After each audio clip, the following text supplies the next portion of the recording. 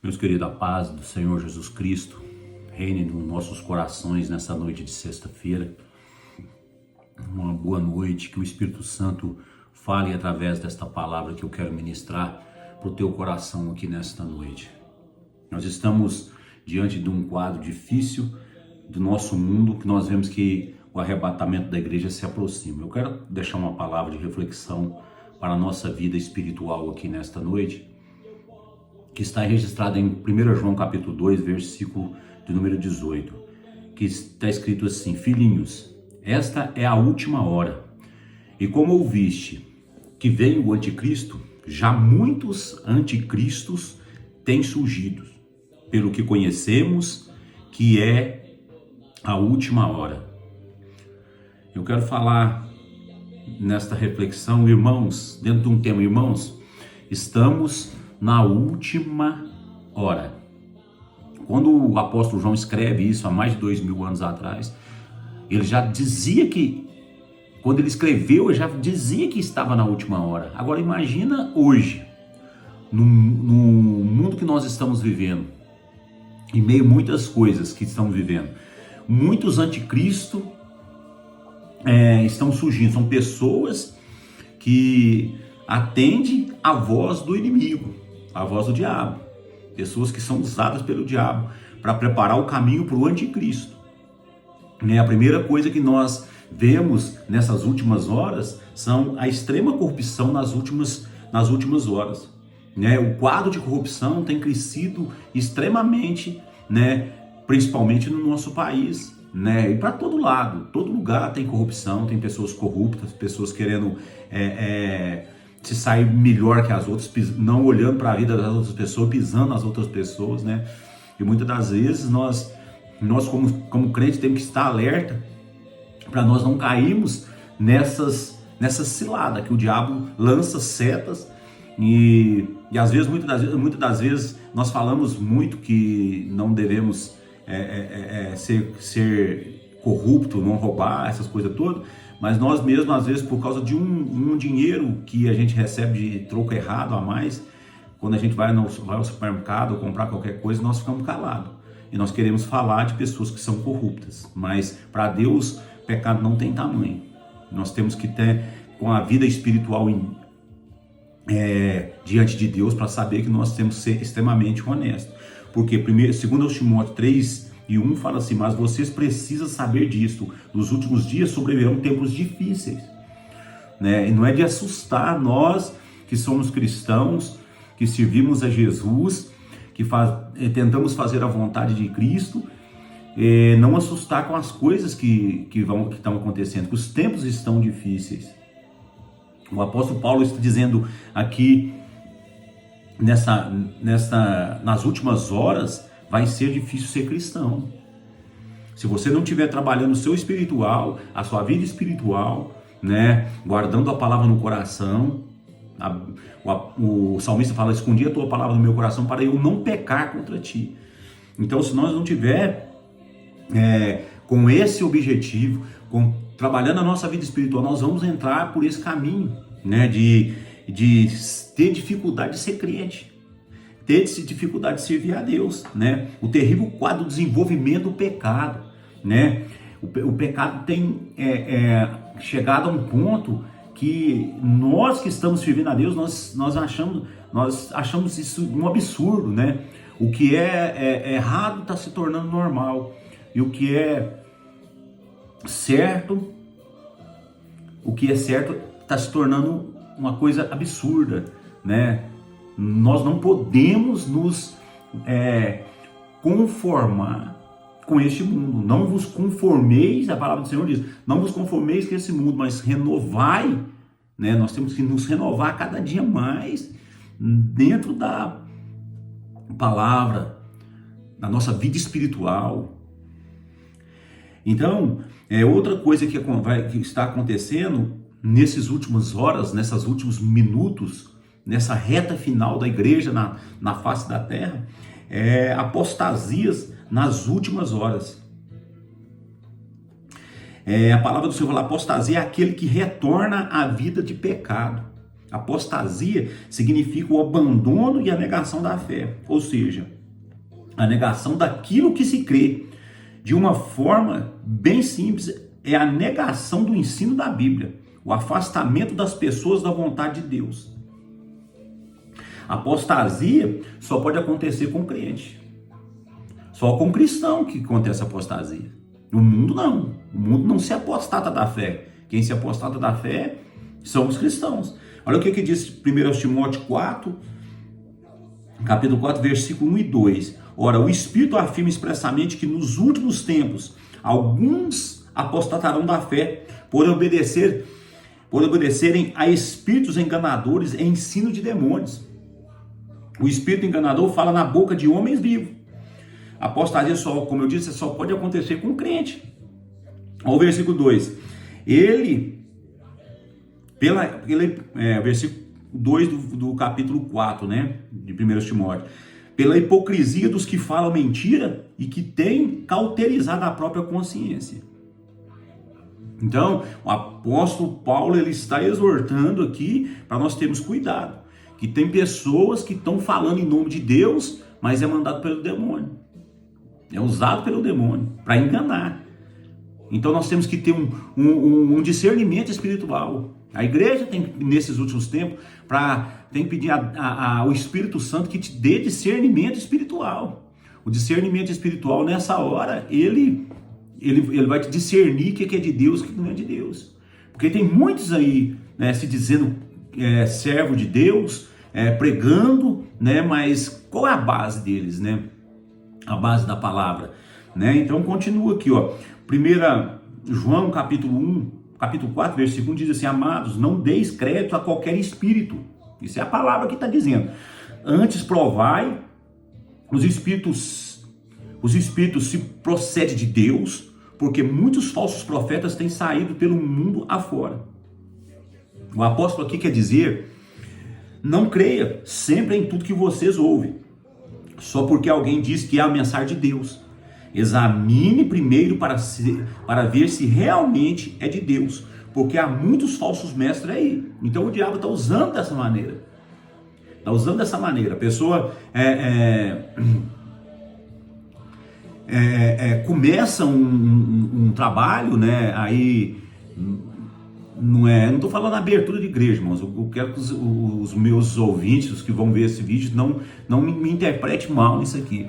É questão de base bíblica, né? É melhor ter igrejas do que boteco, né? Para ser real. Então é melhor você ter igreja, mas você tem que provar e levar nas escrituras, confrontar, porque profeta e profetada está tendo demais, né? Mas os verdadeiros profetas te confrontam.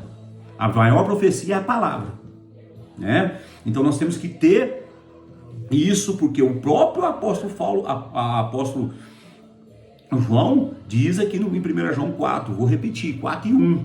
Amados, não deis crédito a qualquer espírito.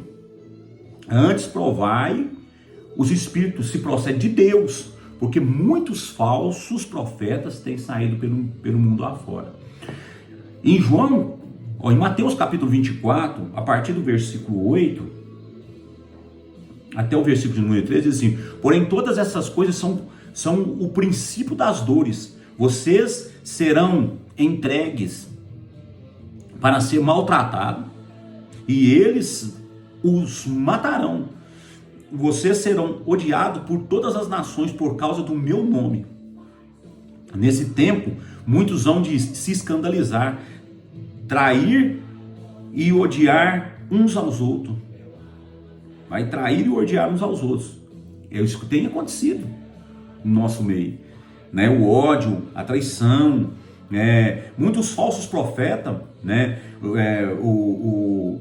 Mateus também fala: muitos falsos profetas se levantarão e enganarão a muitos, e por se multiplicarem a maldade ou a iniquidade, o amor de muitos esfriará. Aquele, porém, que ficar firme até o fim, esse será salvo. Então nós temos que entender, examinar, nós temos que ser leitores da palavra de Deus, nós temos que ser pessoas que examinam as escrituras, que estuda, porque se nós pegarmos textos isolados, nós vamos criar muitas heresias. Então a palavra do Senhor está nos alertando, cuidado com esses falsos profetas, cuidado com essas pessoas que estão se dizendo profetas, e deixa de pregar a palavra, deixa de ministrar a palavra, de basear a sua mensagem na palavra para te entregar uma profecia, né? Começa a pregar, abre a Bíblia, lê um versículo, não tem nada a ver e vai falar profecia. A maior profecia está na palavra, volto a repetir, a maior profecia, a revelação está na palavra. Se não tem Bíblia, se não tem palavra, pode sair fora, irmão. Viu? Então, o que Deus tem para nós é o melhor que a palavra, porque a Bíblia fala que a fé vem pelo ouvir a palavra de Deus. Nós temos que estar ligados na palavra de Deus. Nós temos que estar todos os dias meditando na palavra de Deus. Nós temos que estar todos os dias orando, tirando um a sós com Deus, trabalhando o nosso espiritual, mas com base na palavra, né? Com base naquele que falou, naquele que apareceu, naquele que está falando. Fulano falou isso, mas está na palavra, né? Confronta você mesmo, né? Você vê na internet e vê se tem base na palavra. Porque aquele que não te confronta, aquele que bate nas suas costas e fala, Deus vai te dar vitória, Deus vai te abençoar, só isso, esse não quer o seu bem. Aquele que fala assim, Deus vai te provar, Deus está te provando, né? Que Jesus falou, no mundo tereis aflições, mas tem de bom ânimo, eu venci o mundo. Quando ele fala eu venci o mundo, ele não está falando vitórias na vida material, ele está falando na vida eterna, porque ele venceu e foi ao Pai. E ele falou assim, se eu for, eu voltarei, porque a maior promessa que o cristão tem na vida dele é a salvação. Por isso que Jesus morreu no Calvário por nós. Então nós temos que ter muito cuidado com isso. Outra coisa que acontece no nosso meio, que está acontecendo no nosso meio, as concupiscências nas últimas horas. Judas 18 diz assim, os quais vos dizem que nos últimos tempos haverá escarnecedores, andando segundo as suas ímpias concupiscências. O que é a concupiscência? A concupiscência é paixão e desejo descontrolado. Escarnecedores, pessoas que zombam de Deus, né? Carnalmente contaminado pela avareza, fingimento e insubmissão ao Senhor, né? Porque essas pessoas, elas não têm submissão à palavra, elas não têm a palavra como a base, elas não te entregam uma mensagem que te confronta. Não estou dizendo que Deus não é um Deus de vitória, não é um Deus que nos dá vitória materialmente, mas o principal, o foco da palavra é a salvação. Por isso que eu estou dizendo essas palavras nos últimos minutos. Na linha de chegada, nós estamos na linha de chegada. Nós estamos para alcançar, nós já estamos enxergando a linha de chegada, que é a Nova Jerusalém. A Nova Jerusalém está vindo do céu, né? Então nós temos que nos cuidar com relação a essas coisas que vem acontecendo. Olha outra coisa que eu quero pontuar aqui. Confundirão os próprios adoradores nas últimas horas. Segundo aos Tessalonicenses, capítulo 2, versículo 3 e 4, diz assim, ninguém de maneira alguma vos engane, porque não será assim sem que antes venha a apostasia, e se manifeste o homem do pecado, o filho da perdição, o qual se opõe e se levanta contra tudo que se chama Deus, ou se adora, de sorte que se assentará como Deus no templo de Deus, querendo parecer Deus. Já nos últimos dias, nos últimos dias está tendo isto muito dentro das nossas igrejas, para não adorar a Deus, já que é uma estratégia do diabo. O diabo tem uma estratégia para tirar a adoração, para tirar o foco das coisas de Deus, para puxar a adoração para ele, porque ele sempre quis isso. Ele sempre quis adoração para ele. O diabo sempre quis adoração para ele. Ele queria tomar o lugar de Deus. Ele queria sentar num trono para que ele fosse adorado. Então ele está tirando o foco. Muitas igrejas, né, e nós temos que ter cuidado com isso dentro das igrejas, porque a maioria dos hinos, eles não adoram a Deus, eles adoram o homem. E tem muitas igrejas que estão entrando música secular dentro da igreja, e isso para tirar o foco de Deus. E o foco tem que ser Jesus. O foco é Ele que é o dono da igreja, é Ele que fundou a igreja. A Bíblia fala assim, que Ele é a cabeça, é o cabeça, quer dizer, é o cabeça da igreja. Nós somos o corpo. Cada um de nós faz parte do corpo, que é a igreja.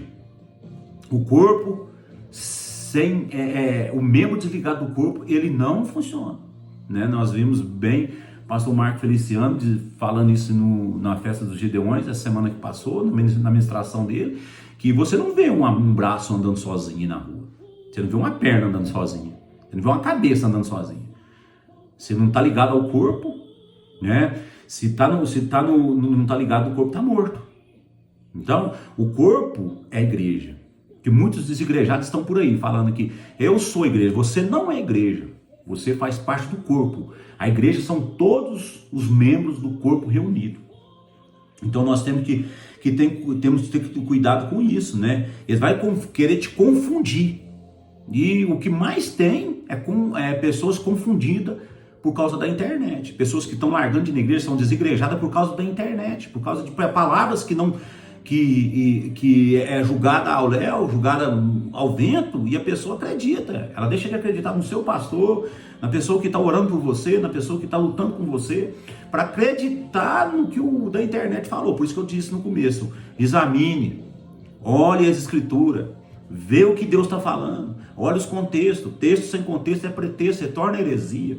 Nós temos que ter muito cuidado com isso. E isso nos últimos tempos vai surgir demais, já estão surgindo, são princípios das dores. Nós não temos que alarmar com isso, nós temos que chegar mais perto de Deus, nós temos que buscar mais a Deus, nós temos que buscar mais aprendizado e pedir discernimento do Espírito Santo para que Ele venha nos ajudar, para nós não sermos enganados, né? E nesses últimos tempos, aos vencedores das últimas horas, vai ter os vencedores, vai ter os que não estão se contaminando. Está descrito lá em Apocalipse, capítulo 3, versículos 5 e 6. Ao vencedor será assim vestido de vestidura branca, e de modo nenhum apagarei o seu nome do livro da vida. Pelo contrário, confessarei o seu nome diante do meu Pai e diante dos seus anjos. Quem tem ouvidos, ouça o que o Espírito diz às igrejas. Então, o vencedor que permanecer, aquele que permanecer fiel até o fim, esse será salvo. Esse será salvo. Nós temos que ter muito cuidado. Fica com esta palavra, né?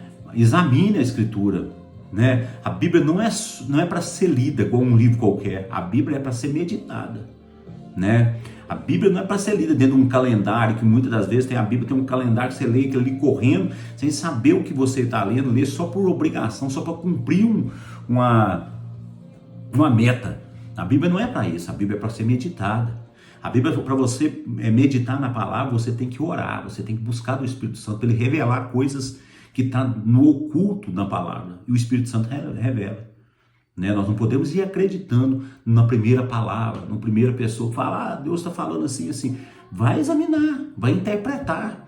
Isso é para todo mundo, isso não é só para pastores, para obreiros não, para pregadores não, isso é para todos os crentes. Todo cristão, ele tem que conhecer da Bíblia, ele tem que conhecer a palavra do Senhor, ele tem que examinar a palavra, para que ele não seja enganado nos últimos dias. Nós estamos na reta final, meu irmão. Nós estamos na reta final. E muitos que vai querer te atrapalhar é o que está do seu lado. É o que está sentado do seu lado. Quem quis matar os irmãos, matar José foi os seus irmãos. Eu estava uma certa vez, para encerrar, eu estava vendo uma corrida de São Silvestre, e lá ia aquele vencedor ali, acho que um queniano, ele ia correndo há muitos anos atrás, e aqueles dois policiais que estavam do lado deles, aí ia junto, guardando ele ali, para proteger ele. O policial para proteger, para que ninguém o atrapalhasse a chegada ali. Ele já estava vendo a linha de chegada, ele já estava ali uns 500 metros, e um daqueles policiais desequilibrou. No que ele desequilibrou, ele quase derrubou e caiu em cima do cara que estava em primeiro lugar. É isso, o Espírito Santo me fez fazer um paralelo com a nossa vida espiritual, na linha de chegada, nos últimos metros, os que estão, temos que ter cuidado, porque muitos que estão do nosso lado, que acham que nós achamos que está do nosso lado, está levando nós para outro lado. Pode, no momento final de você chegar à linha de chegada, a linha de chegada, que é o momento que a trombeta soar, você vai estar desviado, você vai ter caído, porque aquele que estava do seu lado, você pensou que estava te ajudando, ele estava ali, mas é usado pelo diabo. São os anticristos que estão surgindo para tirar o nosso foco de Cristo, né? Olhai para Jesus, o autor e consumador da nossa fé. Que essa palavra venha falar no seu coração, que você venha a meditar nessa palavra. Estamos na última hora, irmão. Não brinque. Não brinque, o arrebatamento está aí. E se o arrebatamento não acontecer, ele pode voltar para mim. Eu posso partir para a eternidade. E se eu partir hoje, eu vou abrir o olho aonde? No céu ou no inferno? Que Deus abençoe a sua vida. Em nome de Jesus.